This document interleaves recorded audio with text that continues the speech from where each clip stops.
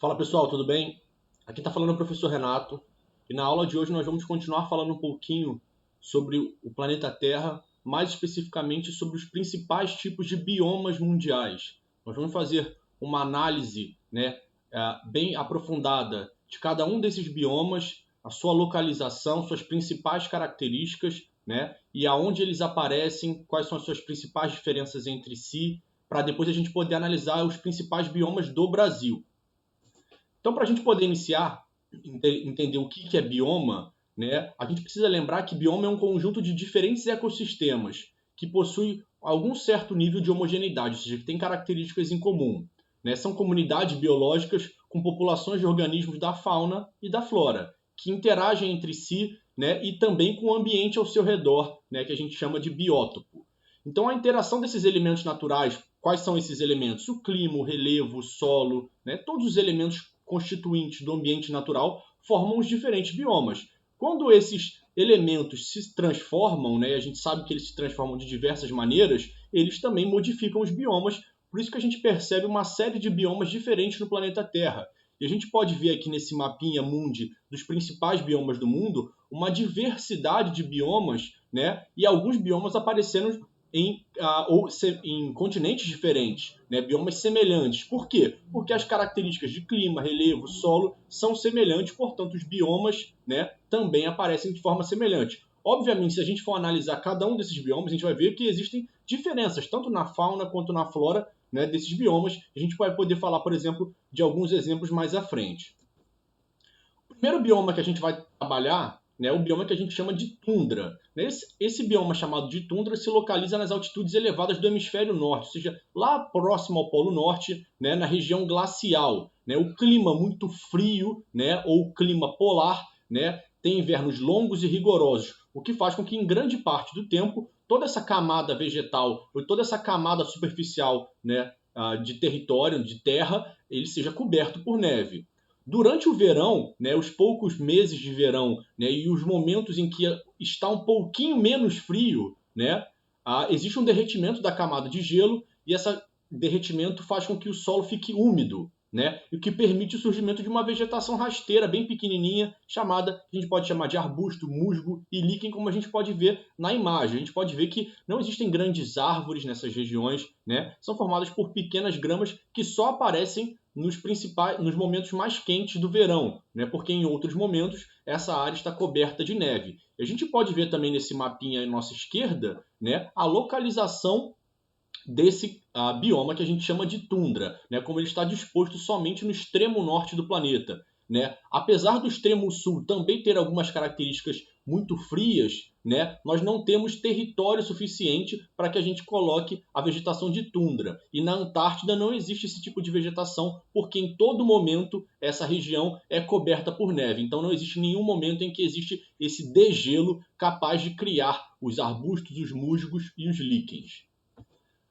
O segundo bioma que a gente vai trabalhar, é a taiga, que também pode ser chamada de floresta de coníferas, floresta boreal, ou propriamente taiga. Faz parte dos biomas das zonas térmicas temperadas, ou seja, estão nas regiões mais frias também do planeta, mas não chega a ser clima polar. Então, em latitudes bastante elevadas e também altitudes bastante elevadas. A gente também encontra certos tipos de taiga, ou floresta de conífera ou floresta boreal, em altitudes elevadas. Então a gente vai encontrar, por exemplo, na América do Norte, Europa e Ásia, a gente pode ver nesse mapinha mais abaixo aí, o que acontece é que o inverno é muito frio e o verão as temperaturas chegam na casa dos 20 graus. O que isso ocasiona? Essa vegetação é formada basicamente por coníferas. Coníferas são árvores, vegetação em forma de cone, que tem como característica uma altura elevada de 30 metros em copas com aspectos de cone, como eu já disse.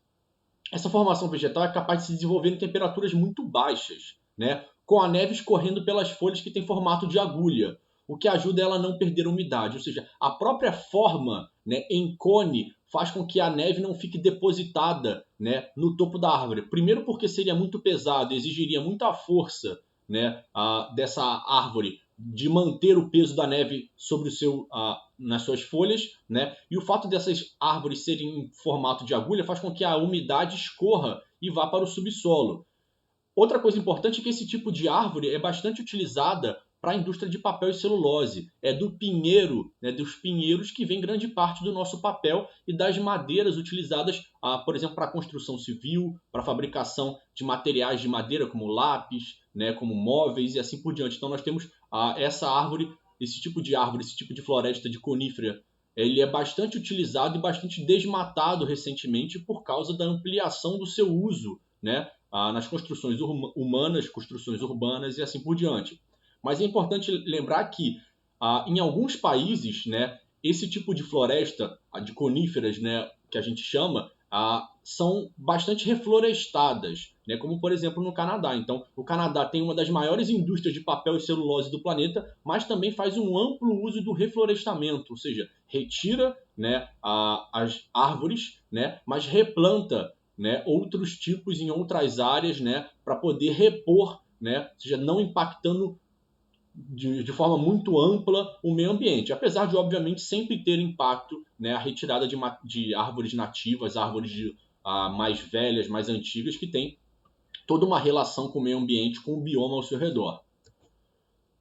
Há outro tipo de floresta que também está inserida dentro da questão temperada, é a que a gente chama de floresta temperada. Ela tem algumas diferenças da floresta de coníferas, né, ou a taiga ou a floresta boreal que a gente chama, apesar delas estarem na mesma zona térmica que a gente diz, né? Ou seja, tanto a taiga quanto a floresta temperada estão na área temperada do planeta.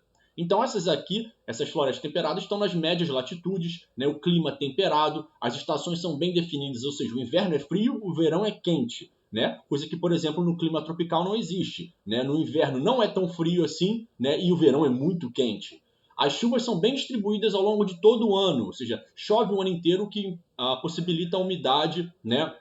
Mas principalmente o verão tem um pouco mais de umidade. E essa vegetação geralmente é formada por árvores de grande porte. Mas qual é a grande diferença dessa vegetação de floresta temperada para a vegetação da taiga, da floresta de coníferas ou da floresta boreal? É que quando as temperaturas vão diminuindo, ou seja, vai chegando o inverno, ou seja, o outono aparece, né, as folhas dessas árvores envelhecem e caem para evitar o ressecamento da vegetação. Basicamente, é uma tentativa da própria árvore, né, como um organismo vivo, sobreviver à época de frio. O que ela faz? Ela deixa com que suas folhas caiam, na verdade, né, para que essas folhas não utilizem muitos recursos da árvore, porque a árvore sabe que durante o período de inverno haverá menos fotossíntese, haverá menos recursos disponíveis e a árvore vai passar por maus bocados, poderíamos dizer assim. Então o que acontece é que a árvore ela perde as suas folhas para poder sobreviver durante o inverno. E aí quando chega a primavera, né, essas árvores começam a florescer novamente, né? E aí quando elas começam a florescer, a gente pode ver,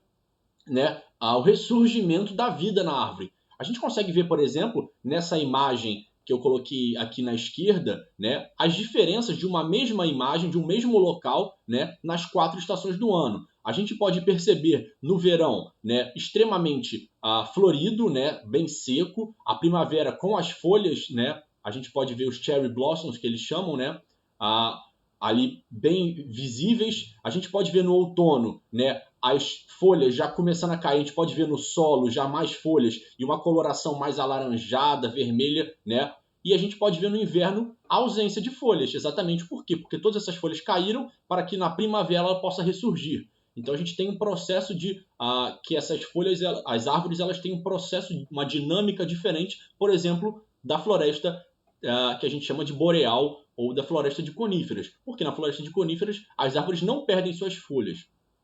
A gente chama esse tipo de árvore, né, que perde suas folhas durante o inverno, de árvores caducifólias ou caducas, ou seja, árvores que perdem suas folhas durante os momentos mais frios. Outra floresta, e aí uma floresta bem diferente, é a floresta tropical. Isso se dá porque, obviamente, nós estamos na zona tropical, ou seja, uma área de intensidade de calor, de intensidade de índices pluviométricos, grande quantidade de calor e chuva.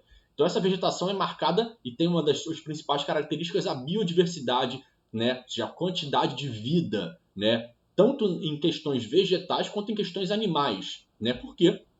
Porque todo esse calor e toda essa umidade potencializa muita fotossíntese, potencializa muitos frutos potencializam o surgimento, né, e o estabelecimento de muitos tipos de animais, e muitos tipos de animais atraem outros animais, e isso cria uma biodiversidade gigantesca.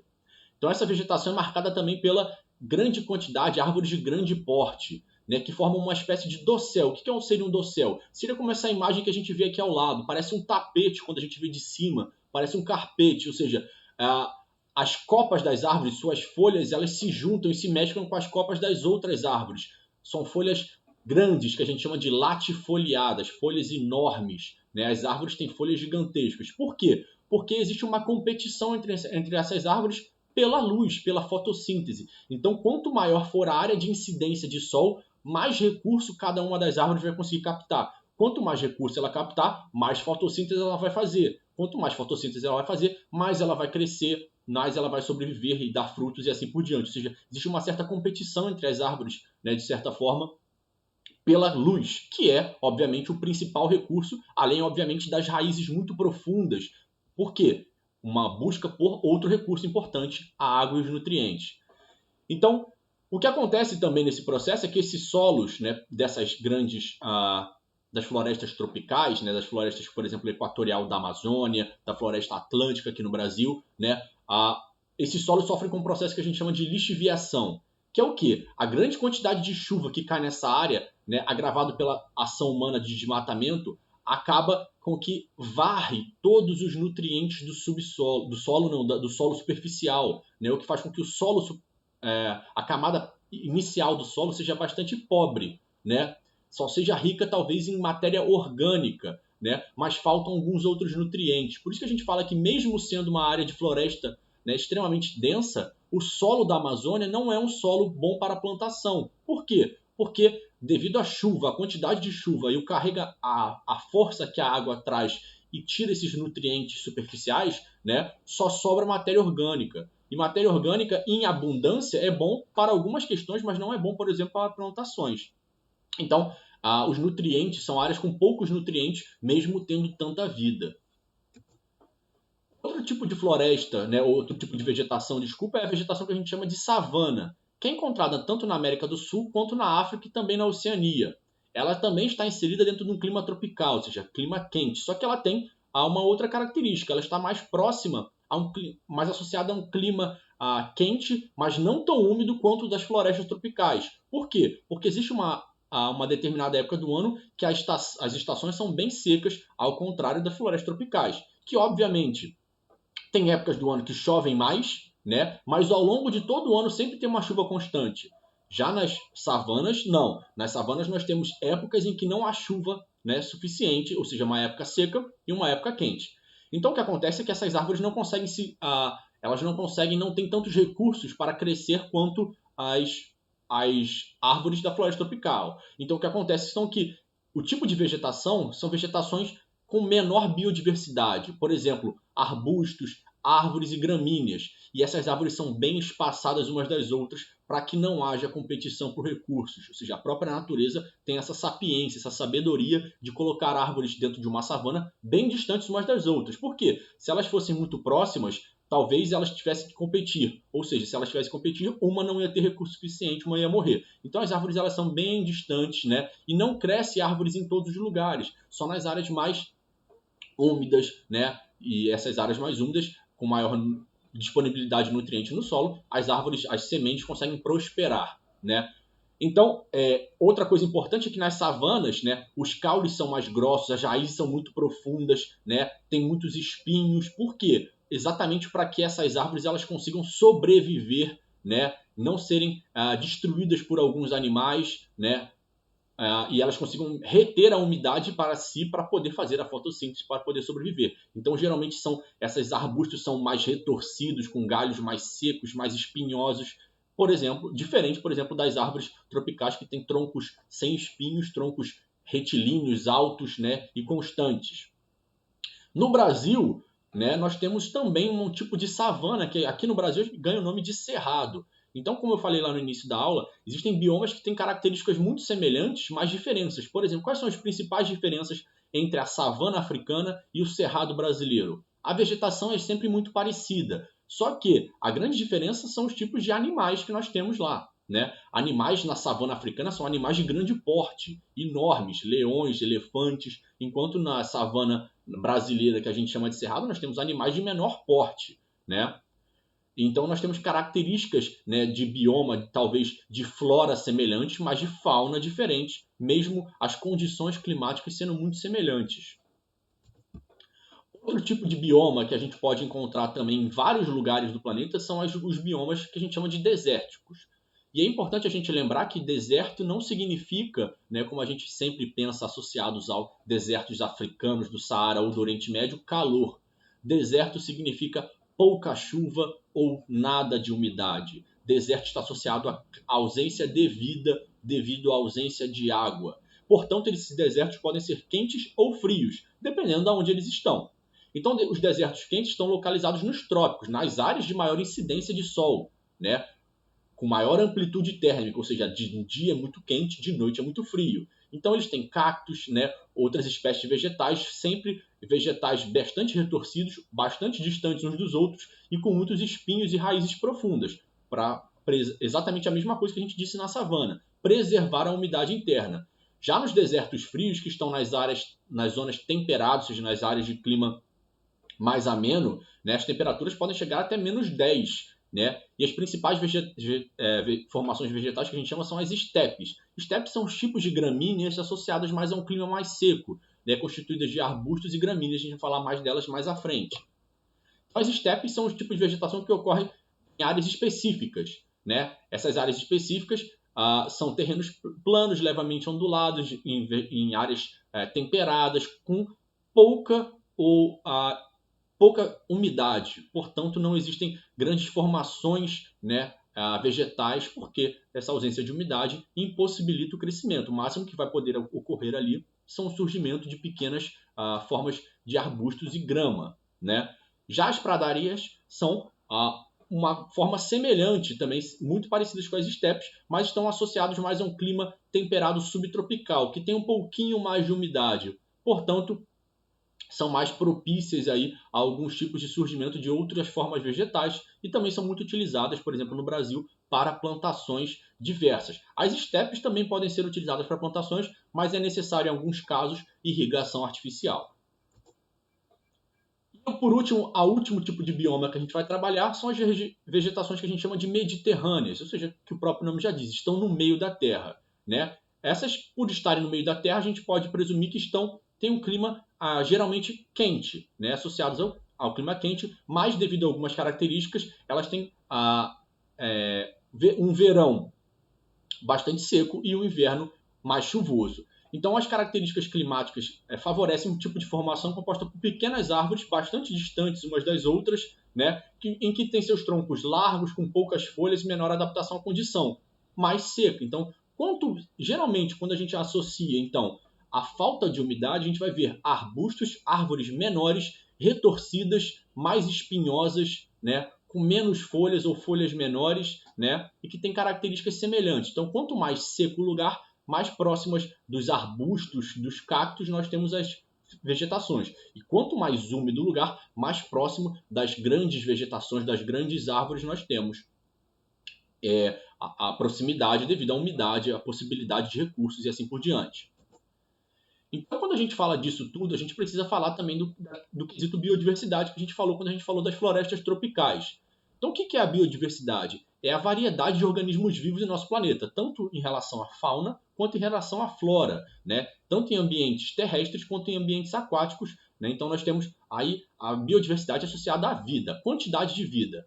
Nas regiões tropicais, né, os climas quentes e úmidos abrigam mais da metade de todas as espécies do planeta, tanto as espécies de fauna quanto as espécies de flora. Então, a biodiversidade é uma das principais características das áreas localizadas nessa porção e por isso precisam ser preservadas. Por quê? Porque a biodiversidade não está além da questão ética da preservação das florestas, da preservação dos animais, como uma questão associada somente à ética, mas também em relação a recursos econômicos, pois é a partir delas que nós podemos descobrir uma série de medicamentos, uma série de materiais que possam possibilitar construções com menos impactos e assim por diante, combustíveis. Então nós precisamos entender a natureza e utilizá-la sim, mas sempre respeitando-a e utilizando-a ao nosso favor, a favor da sociedade. Então os seres humanos a gente sabe que modifica a natureza para atender às suas necessidades. Então são exemplos de mudanças promovidas pela sociedade, construção de casas e tudo isso. O crescimento da população, das atividades econômicas e todas essas questões aceleraram o processo de transformação da natureza. Desmatamento das áreas florestais intensificou-se com a ocupação humana nas áreas de vegetação original, ou seja, o crescimento das cidades, né, próximo a algumas áreas de maior abundância, né, de umidade de água, fez com que os seres humanos substituíssem a vegetação nativa pelas cidades. Né? A exploração de madeira pela indústria, derrubada de florestas para áreas de plantio ou áreas de criação de gado, né, aparecem entre os principais problemas associados ao desmatamento. E o Brasil é um dos principais líderes nesse processo. A gente pode ver isso aqui nesse mapinha, que a gente pode ver nas áreas, né, mais pintadas, as áreas de principal embate, perda de desmatamento, a ação do homem em relação à natureza. Então, perder a biodiversidade, tanto em relação as espécies animais quanto as espécies vegetais, também empobrecem o solo. Se empobrecerem o solo, causam erosão que podem impossibilitar até mesmo a plantação nessas regiões. Então, lutar pela biodiversidade, pela manutenção da biodiversidade, também é lutar pela continuidade da vida, né? Porque se a gente tiver solos pobres, nós não conseguiremos plantar. Se nós não conseguirmos plantar, nós não vamos conseguir nos alimentar e assim por diante. Outra questão importante é que a dinâmica natural, né, seja dos solos, com o clima, com a vegetação, também está associada à dinâmica da água. Portanto, se a gente modifica todas as outras dinâmicas, a dinâmica da água também será modificada. E aí, se a gente ficar sem água ou se ficar com água de má qualidade, a gente sabe os problemas que isso pode gerar na nossa vida. Para poder finalizar, a gente entra aí com um conceito, né, que a gente chama de hotspot, né, lugar quente, que seriam as regiões que precisam de intervenção rápida, ou seja, as áreas de maior perigo, né, segundo a ciência. Essas áreas são áreas que possuem pelo menos 1.500 espécies endêmicas, ou seja, que só existem nessa região, e se continuar o ritmo de desmatamento, o ritmo de impactos ambientais, né, essas espécies podem desaparecer. E se uma vez que desapareçam, nunca mais volta, e tudo que elas poderiam nos dar, né, em relação a diversas questões econômicas, sociais, né, culturais, etc., também desaparecerão junto com elas. Então, a gente pode ver nesse mapinha aí que o Brasil tem principalmente 2 lugares, e eu poderia citar 3 lugares de hotspot, né? O que coloca o Brasil no centro da discussão sobre preservação ambiental. Nós temos a Mata Atlântica, que só existe aqui no Brasil, né? E foi extremamente desmatada durante todo o processo de ocupação territorial do Brasil, porque a Mata Atlântica está no litoral. Nós temos o Cerrado brasileiro, que é a nossa savana, que está sendo amplamente desmatada para o estabelecimento de plantação de soja, estabelecimento de pastos para a criação de gado, e obviamente nós temos também a floresta amazônica, que não aparece nesse hotspot aí, mas a gente sabe que também está sendo amplamente desmatada para o cultivo da mesma questão que o cerrado, é a expansão da fronteira agropecuária, ou seja, se desmata para criar pasto e se desmata para criar área de plantação, principalmente de soja. Bom, pessoal, espero que vocês tenham compreendido os diferentes tipos de bioma, as suas principais características e diferenças entre si, né? A gente sabe classificar a relação de umidade e temperatura com o aparecimento de diversidade desses biomas. Que a gente tenha entendido também a importância desses biomas para a vida, né? E a importância, né, do manejo e da consciência ambiental que a gente precisa criar para a gente poder lutar contra o desmatamento, contra os principais impactos que vão um dia, né, impactar diretamente na nossa vida, se já não estão impactando. Bom, um abraço, se cuidem e até mais.